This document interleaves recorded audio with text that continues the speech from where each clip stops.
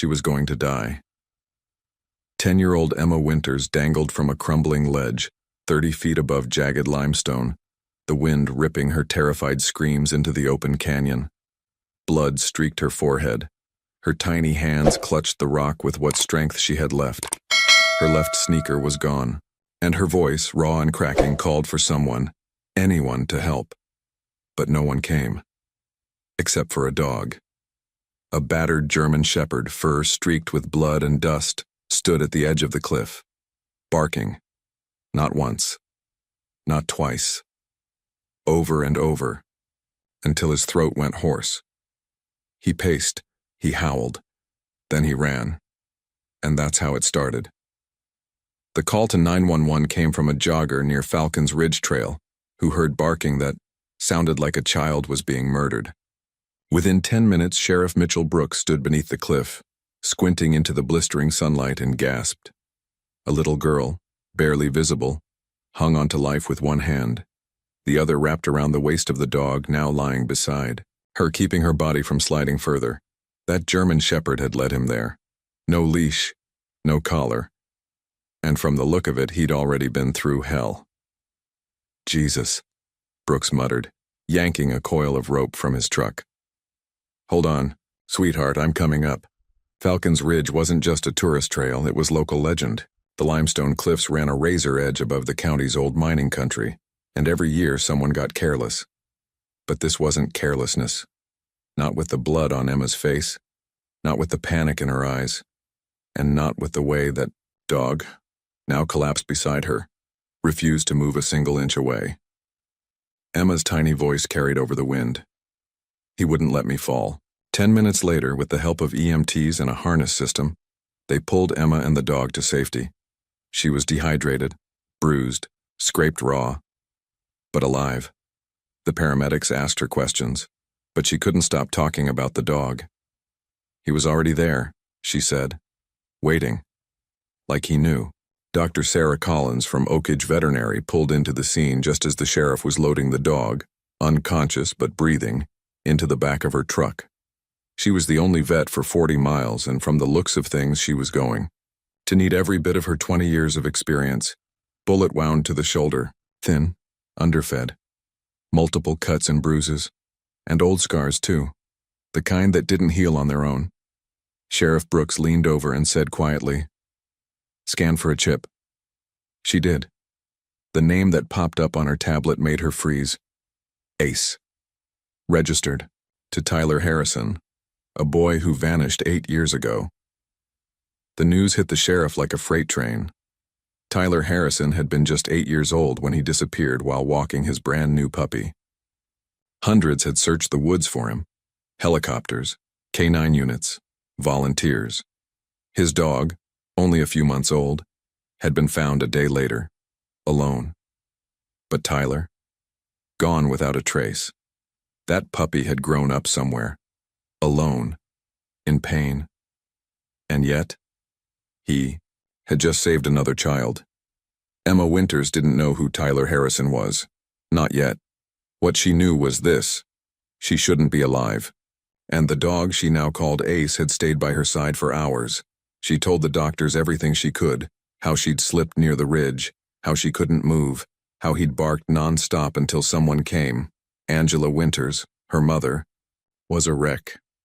Newly divorced and starting over, she thought the sleepy town of Oakage would be the perfect place to rebuild. A quiet rental on the edge of town, trees, space, a clothesline in the backyard. Fresh air. No one had mentioned the disappearances. No one had mentioned the ridge. Later that week, Emma sat curled on the sofa, her left wrist in a splint, a bandage, above her eye. She hadn't stopped asking about Ace. "Can we see him?" she begged. "He saved my life." Dr. Collins agreed to a short visit.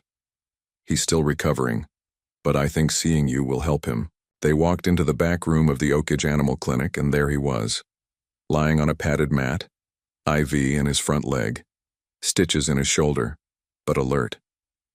His ears twitched at Emma's voice, and when she crouched down, he lifted his head and pressed it into her lap.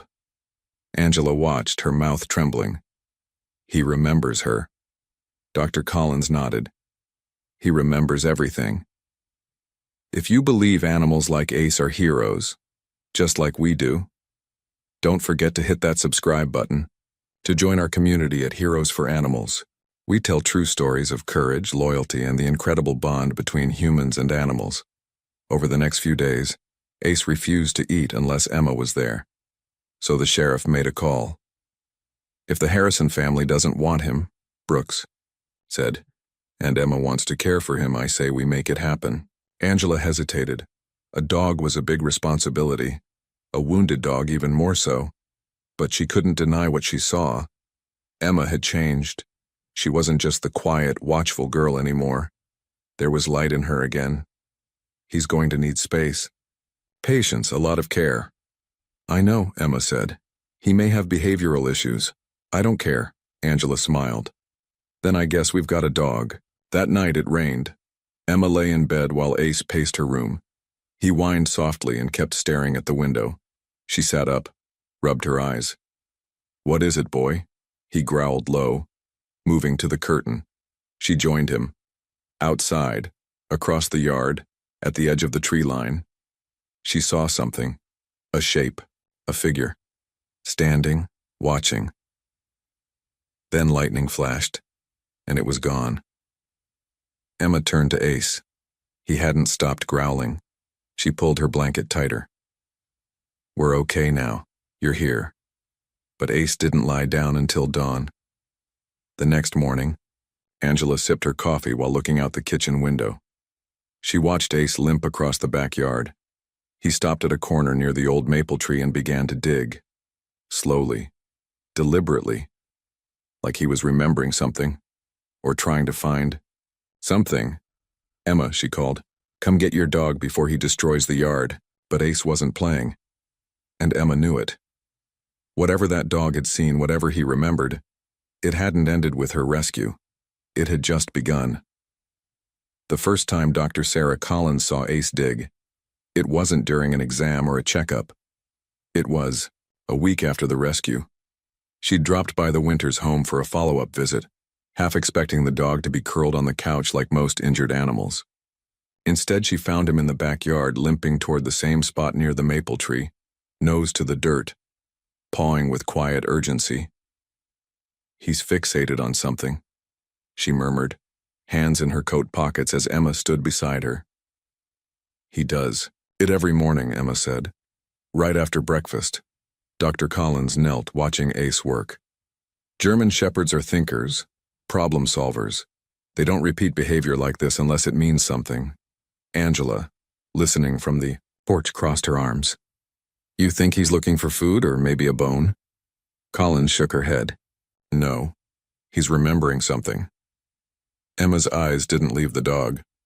Or someone. Oakage wasn't a big town, but it had its stories. People still talked about Tyler Harrison in hushed tones, especially after the news broke that Ace, the same puppy Tyler had once walked, had resurfaced. Local reporters tried to spin the rescue as a miracle. Sheriff Brooks refused interviews. Too early. Too many unanswered questions. But Emma couldn't let it go. She searched online, every night reading old newspaper clippings about Tyler's disappearance. She even found a few grainy photos of him holding a tiny German Shepherd pup. Ace had been so small back then, and now he'd come back. With scars, with trauma, and maybe with secrets. One afternoon, Emma sat cross-legged on the floor of her bedroom, flipping through an old notebook where she now scribbled everything Ace did. Patterns, barking triggers, digging behavior, times, dates. She wasn't just keeping track, she was investigating. On that particular afternoon, she drew a crude map of the backyard and marked the dig site with a big red X. Ace rested nearby, dozing lightly. Every so often his ears twitched. When Emma leaned forward to sketch the direction he always faced, his eyes opened. He was watching her, always watching. What are you trying to tell me, Ace? She whispered. His tail thumped once. It had been nearly 10 days since the rescue when something finally happened. Ace's digging became frantic, not playful or curious, urgent. Emma ran outside in her socks, calling to him. Ace, easy. What is it? This time he growled, not at her but at the ground, then he stepped back. Emma knelt and saw a small section of disturbed earth, compacted as if something had been buried long ago. She glanced around. Her mom was at the courthouse. Just her and Ace today. She ran to the shed and returned with a garden spade. What she unearthed wasn't large, but it changed everything. 3 feet down, her spade hit something hard. Not a rock. Metal. She scraped the soil away until a small rectangular box appeared, rusted, dented, and padlocked. Ace, she whispered. What is this? The dog whined, stepping forward, pressing his nose to the lid. Emma's heart pounded. The box looked like a strong box, something people used to store valuables or secrets. She tried tugging on the padlock, but it was old, almost brittle.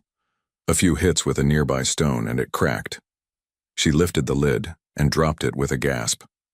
Inside, nestled in red velvet, were teeth. Baby teeth. Tiny, pearly white, arranged, in rows like a collection. Below them was a folded piece of paper, a list of names. Tyler Harrison was the first one. Emma didn't scream. She didn't panic. She took photos with her mom's old digital camera, then buried the box in a different location, under the garden shed. That evening, when Sheriff Brooks came by to check in, Emma pulled him aside. I need to show you something, she said, pressing the camera into his hand. Brooks scrolled through the pictures. His mouth tightened with every name. Where did you find this? Ace showed me. Did anyone else see it? Emma hesitated. Principal Chambers came by. He saw me digging, but not the box. The sheriff's face darkened. Emma, he said slowly, I need you to promise me something. Don't tell anyone else about this, not your friends, not your teachers, not even your mom, and stay away from Chambers. That night, Emma couldn't sleep. Not because of nightmares, though those would come later, but because she could feel, and now. Ace had come back for a reason, not just to rescue her, but to remember, to reveal, and she was the only one listening. The next morning, a sleek black car parked across the street. Emma spotted it through her window. The windows were tinted. No one got out. She mentioned it at breakfast, but her mom just waved it off. Probably one of Mrs. Patterson's nephews. Didn't she say they were visiting? But Ace growled the moment the car came into view. His entire body stiffened. Emma didn't say anything. She just pulled out her notebook and wrote, Unfamiliar car, parked across street, 7:12 a.m. Ace alarmed. She underlined it twice. Later that day, they visited the Pattersons for dinner. Emma listened carefully as the elderly couple swapped stories. At one point, Mr. Patterson mentioned the school, Oak Ridge Elementary, and how odd things had started happening after they renovated the East Wing. I told the sheriff back then, he muttered, passing the mashed potatoes. Told him about the tunnels. Harold, Mrs. Patterson sighed. Not this again. No, let him talk, Emma said softly. He turned to her, eyes sharp. You know those cliffs? Back in the Cold War, they built tunnels under the school. Bomb shelters, they called them. Most were sealed, but not all. Some led out under town, connected half the place together. Emma's fork froze halfway to her mouth. You think they're still there? She asked. He nodded once. No, they are. That night, Emma sat by her window, notebook in hand. Ace curled at her feet.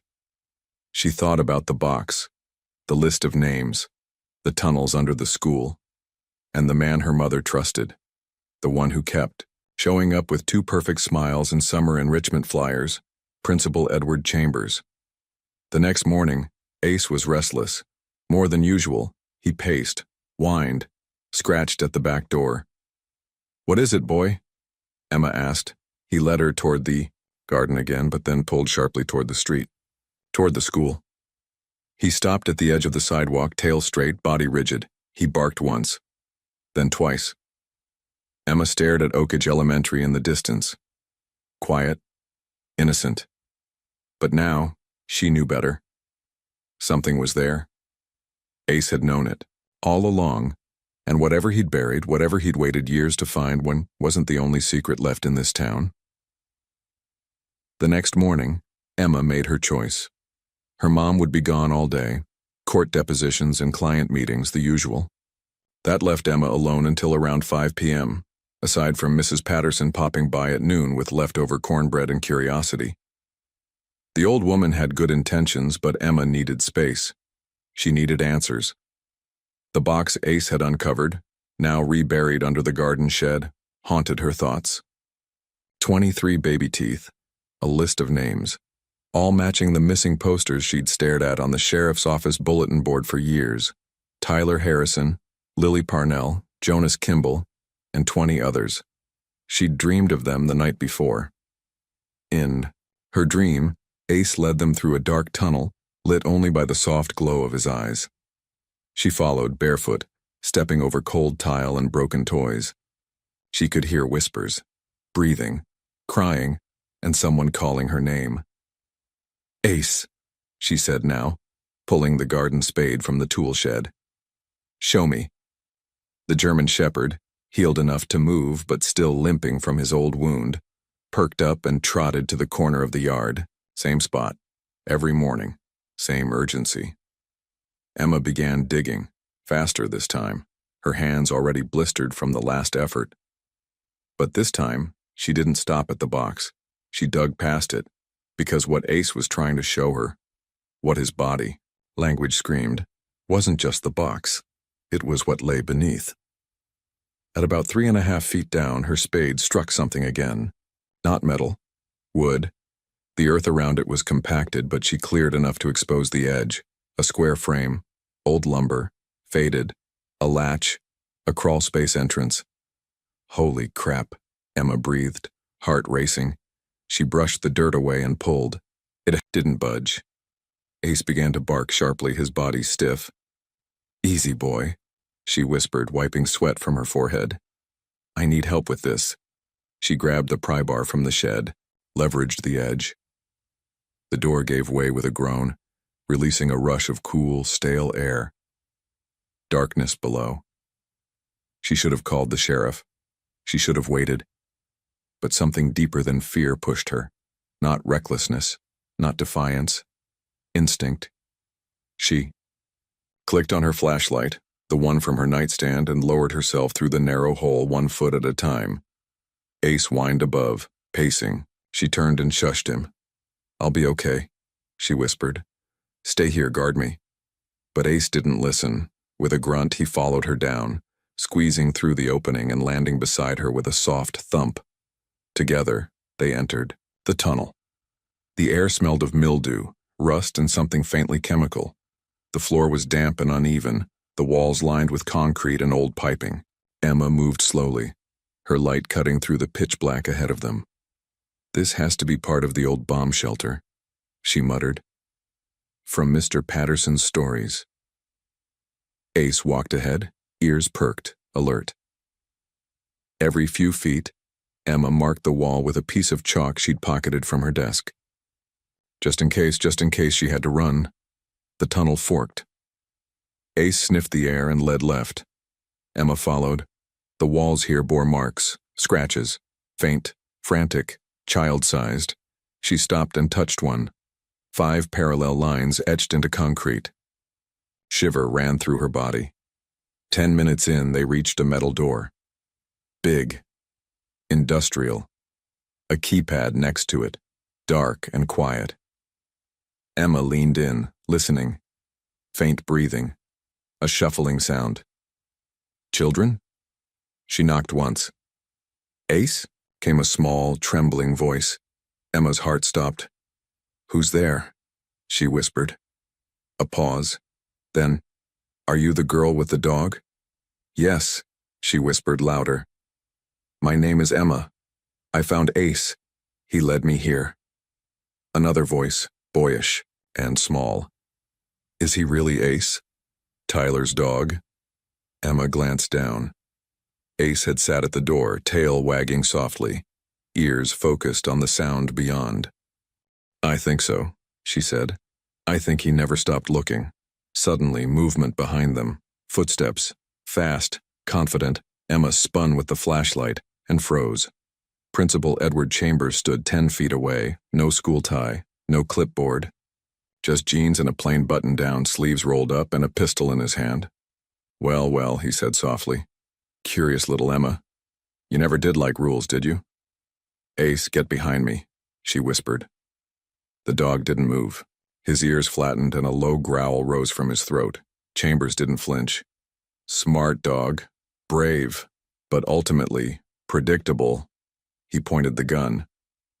Emma stepped in front of Ace without thinking, and then everything happened at once. A loud bark. A gunshot. Searing pain. Ace yelped and dropped. Emma screamed. Chambers grabbed her arm, yanked her away from the dog, and dragged her down another tunnel, the gun pressing into her back. They walked for minutes, Emma crying, bleeding, stumbling. Chambers didn't slow, he was humming now. Calm. I told your mother you had potential, he said. Too much curiosity, just like Tyler. Where is he? She spat. He smiled. Long gone. A different country. A different name. One of our most promising placements. Emma blinked through tears. He's alive? For now. He led her through a second steel door into a room lit with harsh white lights. A sterile hallway, cells, children inside, huddled, silent. Oh my God, she whispered. You see? Chambers gestured like a game show host. Not monsters, just opportunities. He shoved her into one of the cells and locked the door. Stay here, he said. We're relocating tomorrow anyway. I'll decide what to do with you after the shipment's gone. Then he vanished. Emma crouched against the back wall, trembling. A girl approached the bars from the neighboring cell. You're Emma? Yeah. I'm Lily, the girl whispered. Lily Parnell. Emma's breath caught. The list. The name. You were taken 3 months ago. Lily nodded. We thought no one was coming. I'm here, Emma said, and Ace is with me. He'll get help. He always does. At that moment, across town, Sheriff Brooks's phone buzzed, a broken message. Text from Emma's number. Found tunnel. At school. Ace hurt. Locked in. Then nothing. Brooks bolted up. Get everyone, he barked at Deputy Reyes. FBI. K9 units. Emergency response, we're moving now. Reyes blinked. What happened? She went to the school, Brooks snapped, grabbing his keys. Alone. Back underground, Emma stood on her cot, examining the air vent. Screws. 4 of them. Small. She pulled her house key from her pocket, jammed it into the first screw, and twisted. 1 turn. 2. 3. Ace had bought her time. Now she had to make it count. Sheriff Mitchell Brooks didn't remember grabbing his badge, his gun, or his phone. He just remembered Emma's text, half delivered, cut off mid-sentence, but enough to send his pulse screaming. Found tunnel. At school. Ace. Hurt. Locked in. It took less than 4 minutes for his office to light up like a war room. Deputy Reyes pulled the school blueprints from the archive. Agent Ramirez from the FBI's Human Trafficking Task Force was already en route from a regional office. Brooks briefed the team with military precision.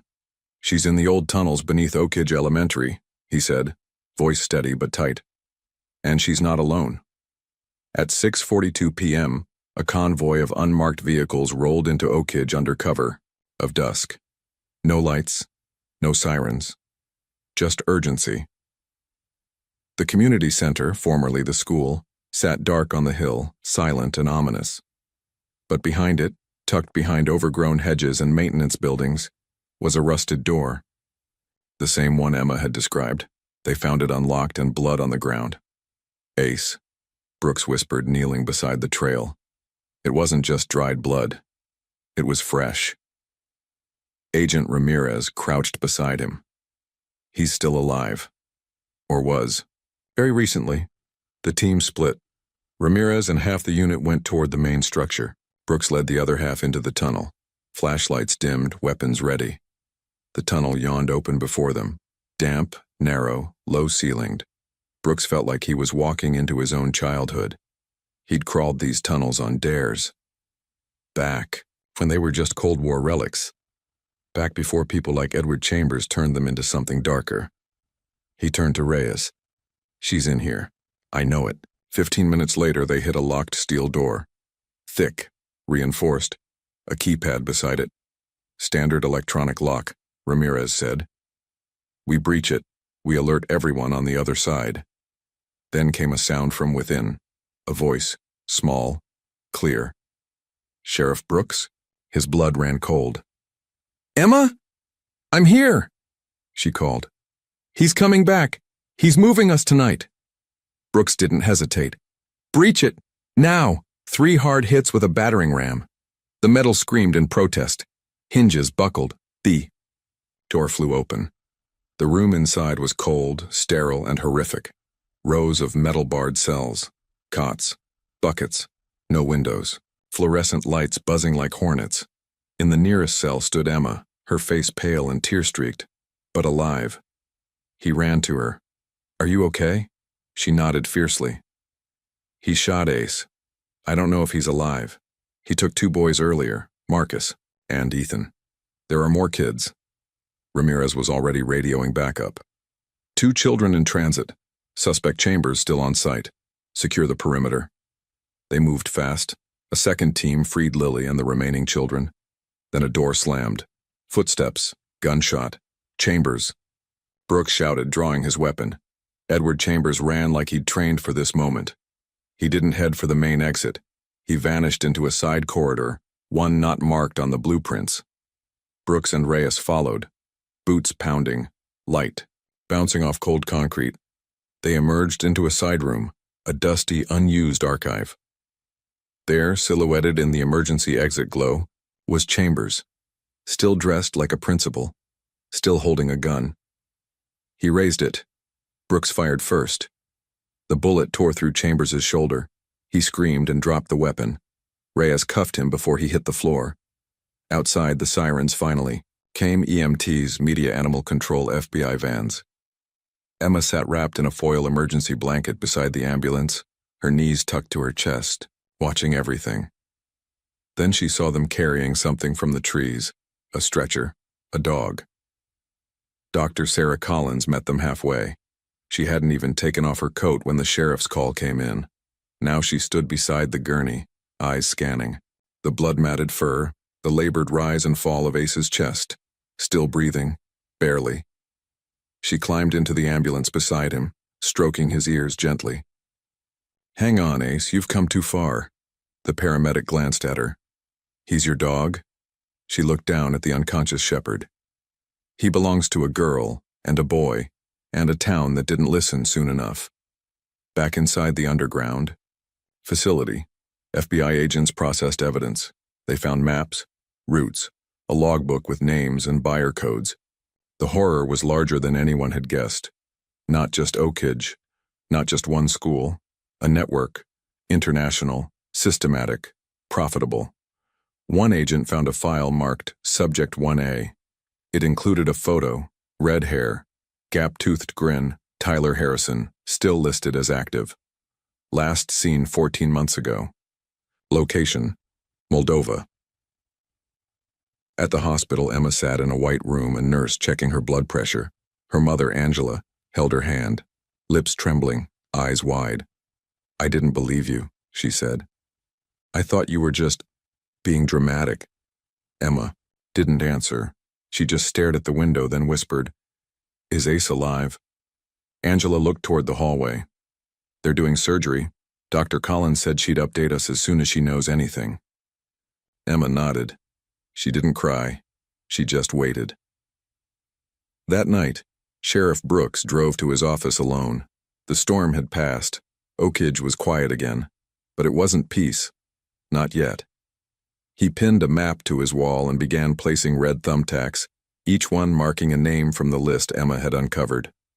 By 2 a.m., there were 23.23 missing children, and God only knew how many more. Dr. Collins worked through the night. Ace's second gunshot wound had done more damage than the first. He'd lost a lot of blood, the bullet fractured bone, but somehow, his vitals held. She removed the round, stitched his muscle, monitored for shock. At sunrise, she texted the sheriff. He made it through surgery, still critical, but alive. Then she sat beside the recovery kennel and whispered, "You're a miracle, Ace. Rest now." 3 days later, the FBI raided a compound outside Chisinau, Moldova. They recovered 18 children. One of them had red hair, a scar across his left cheek, and the same eyes Emma remembered from the photo. His name was Tyler Harrison, and when they told him his dog was alive, he cried. Back in Oakridge, the community changed overnight. The school was closed permanently, the facility beneath it sealed. New center was built in its place, dedicated to child safety and recovery. Emma testified before a grand jury. Her words helped ensure Chambers would never walk free again. And Ace? He came home. The day they wheeled him out of the clinic, Emma was waiting. He limped toward her, bandaged but alert. She knelt down, arms open. He collapsed into her embrace with a soft groan. "I missed you too," she whispered, then looked up at the sky. Tyler's coming home. 3 months after the raid, Oakridge County began to look like itself again. Trees turned amber and gold, pumpkins popped up on porches, and for the first time in years, the town had something it hadn't dared feel. Hope. The elementary school was gone, bulldozed. What rose in its place was something new. The Oakridge Family Resource Center, built from donations, grants, and the sheer will of a shaken but determined community.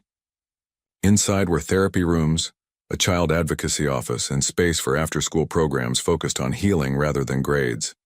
And every Tuesday at 4 p.m., in the rec room by the back window, Emma Winters sat with a journal in her lap, taking notes on canine behavior. Because Ace wasn't just a hero. He was a teacher now. Sheriff Brooks had helped arrange it. After everything Ace had done and survived, it didn't feel right to call him a pet. He was a working dog, a survivor, and as Brooks put it, the best damn deputy I ever had. So once Ace healed enough to walk again, he was given a new job. Unofficially, of course. His new mission? Accompany Emma on her journey to become the youngest canine handler in county history.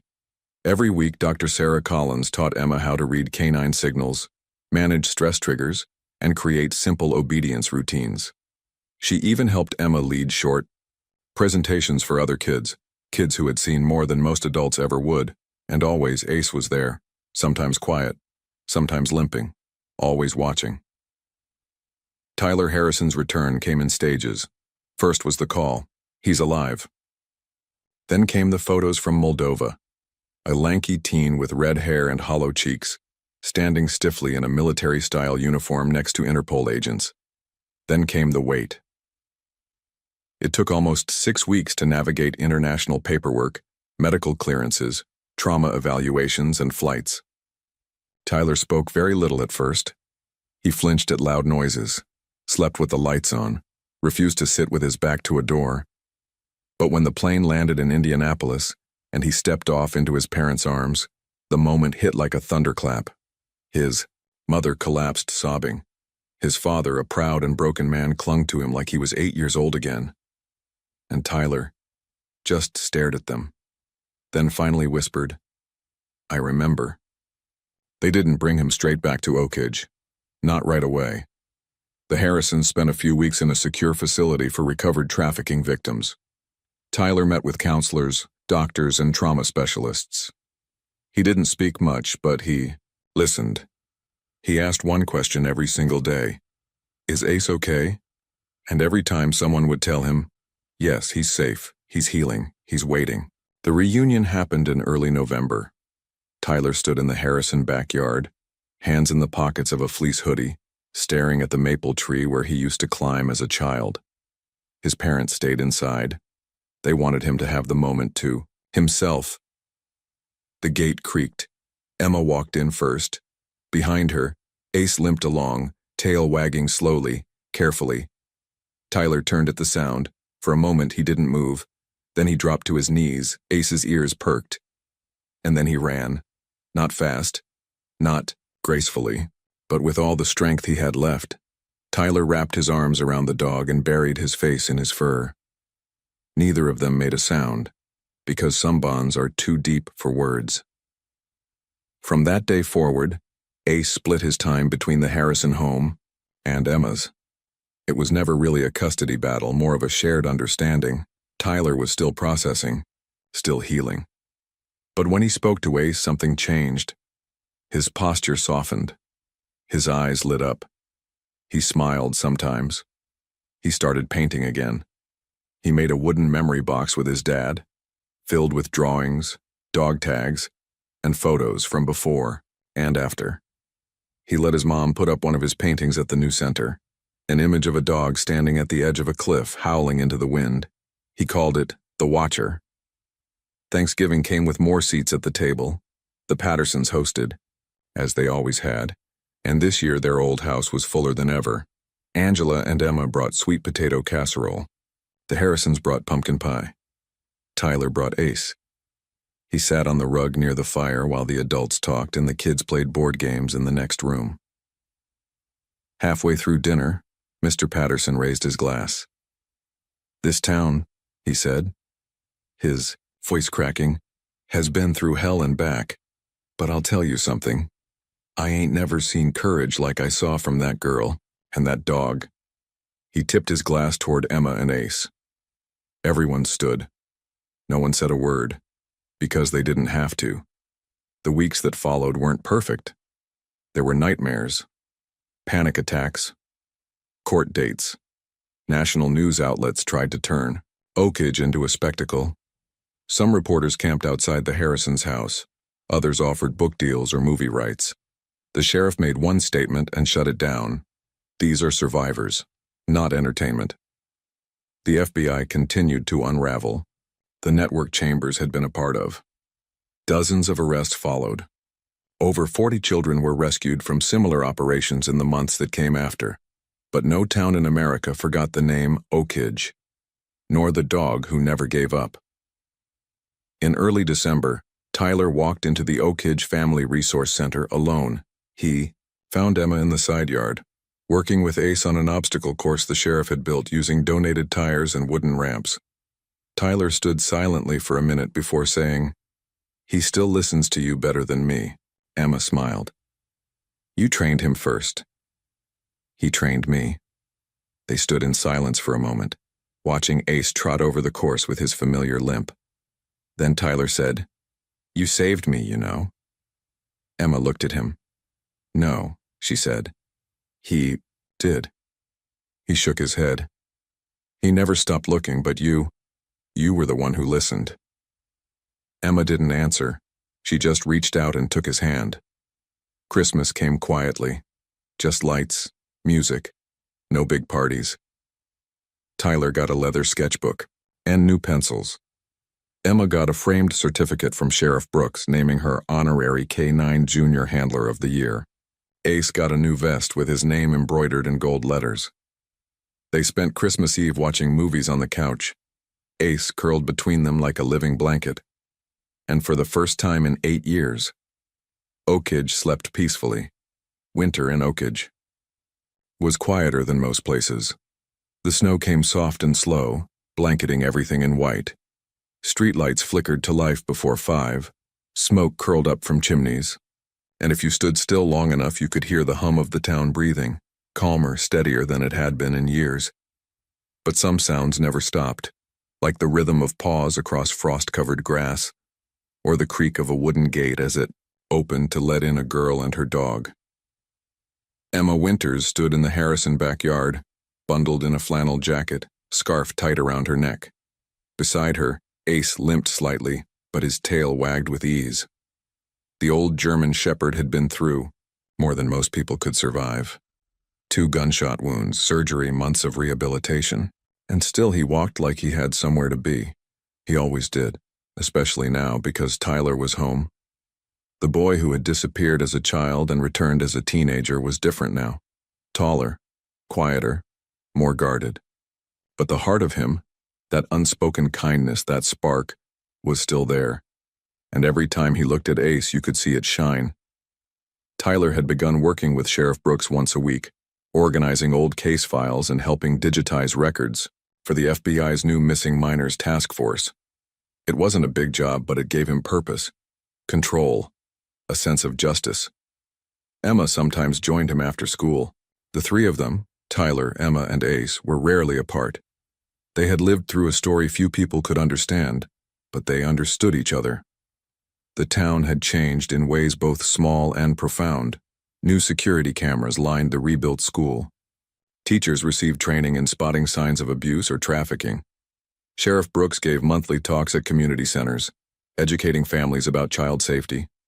Anonymous tip boxes were placed in churches, libraries, and coffee shops across the county, and people started paying attention to who was watching their kids, to who came and went, to who asked too many questions, or not enough. The scars left by Edward Chambers hadn't disappeared, but the town had stopped pretending they weren't there. One afternoon in January, Emma stood in front of her class and gave a presentation titled, "How a Dog Saved My Life and Helped Catch a Monster." She showed them pictures of Ace from the night of the rescue, his tactical vest from the sheriff's office, and the framed commendation that now hung in the community center's main hallway. Some kids cried. Some just stared. But every single one of them raised their hands when Emma asked, "Do you think animals can feel what we feel?" The answer was clear in their eyes. They already knew. Dr. Sarah Collins had started collecting stories, not just about Ace, but about other animals who'd acted out of instinct, loyalty, or something deeper. She called the project Silent Guardians, and she hoped to turn it into a traveling exhibit someday. She asked Emma if she wanted to write the first chapter. Emma said yes. She started with this sentence: "Ace didn't speak my language. He didn't need to. He remembered everything I was never told." Tyler's therapy continued, but it began to shift. Less about surviving, and more about rebuilding, about moving forward. He started sketching again, portraits this time, not just of Ace, but of the kids he'd met in Moldova, of faces he remembered from the cells. Some had been rescued, some hadn't. But drawing them helped him hold on to their names, their dignity. He didn't want to forget. He made one drawing of Emma, too. She didn't know until he handed it to her, wrapped in brown paper, no note. It was of her kneeling beside Ace, hand on his back, both of them looking toward a distant light. By spring, the case against Chambers went to trial. Federal prosecutors didn't hold back. With 23 victims confirmed and more still being identified, the courtroom overflowed with media, law enforcement, and victims' families. Emma testified via video. Tyler chose not to. "I said everything I needed to," he told the sheriff. Ace said the rest. Chambers never showed remorse. He sat stiff in his chair, expression blank. But when the jury returned their verdict, guilty on every count, Emma felt something shift. It wasn't relief. Not exactly. It was the weight of justice. Heavy, necessary, real.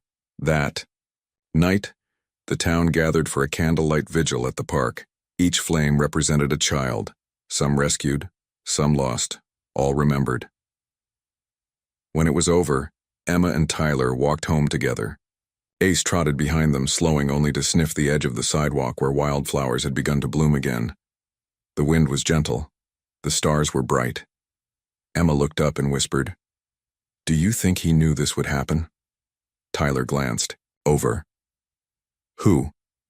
"Ace," she said. "Do you think, from the start, he knew what he had to do?" Tyler didn't answer right away. Then he said, "I don't know if he knew, but he never stopped trying." In April, Ace turned 10. Dr. Collins threw a small party at the clinic. Peanut butter dog cupcakes, a string of balloons, and a bone-shaped cake that said, "Forever our hero." Emma laughed when he barked at the candles. Tyler even smiled for a group photo.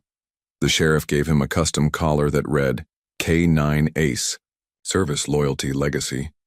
He wore it proudly. One Saturday morning, Emma woke to find Ace sitting at her door. He didn't bark. He didn't wag. He just stared at her. Something in his eyes told her today was different. She called Tyler. An hour later, they stood at the edge of Falcon's Ridge, the same spot where it all began. Ace stepped forward, nose to the wind, ears twitching. He sat and stared into the valley. Not scared, not alert, just still, like he'd been carrying a memory for years. And now, finally, he could let it go. He passed away peacefully a few weeks later, in his sleep, at the Harrison home, curled in his bed by the fireplace, between the two people who owed him everything. They buried him in the backyard. Beneath the maple tree, Tyler carved a marker from cedar. Emma painted the letters. It read, Ace 200X. 2025, he remembered what we forgot. He saved what we nearly lost. Good boy, forever. Sometimes in the early morning, Emma still walks the trail along the ridge. She talks to Ace, like he's beside her. She tells him about her classes, her new puppy, her goal of becoming a real canine handler someday. She asks if he remembers. Of course he does. Thank you for staying with us through this incredible true story. From a quiet town with too many secrets, to a dog who refused to forget, to a girl brave enough to listen, and a boy who came home. We hope their journey moved you as deeply as it moved us. Now we'd love to hear from you. What do you think animals know that we so often miss? Have you ever experienced a bond so strong it defied logic? Let us know in the comments. And if you believe animals like Ace are more than just pets, if you believe they're heroes, make sure to like, subscribe, and join our family here at Heroes for Animals, because stories like this remind us sometimes the greatest heroes never say a word. They just remember and protect until the very end.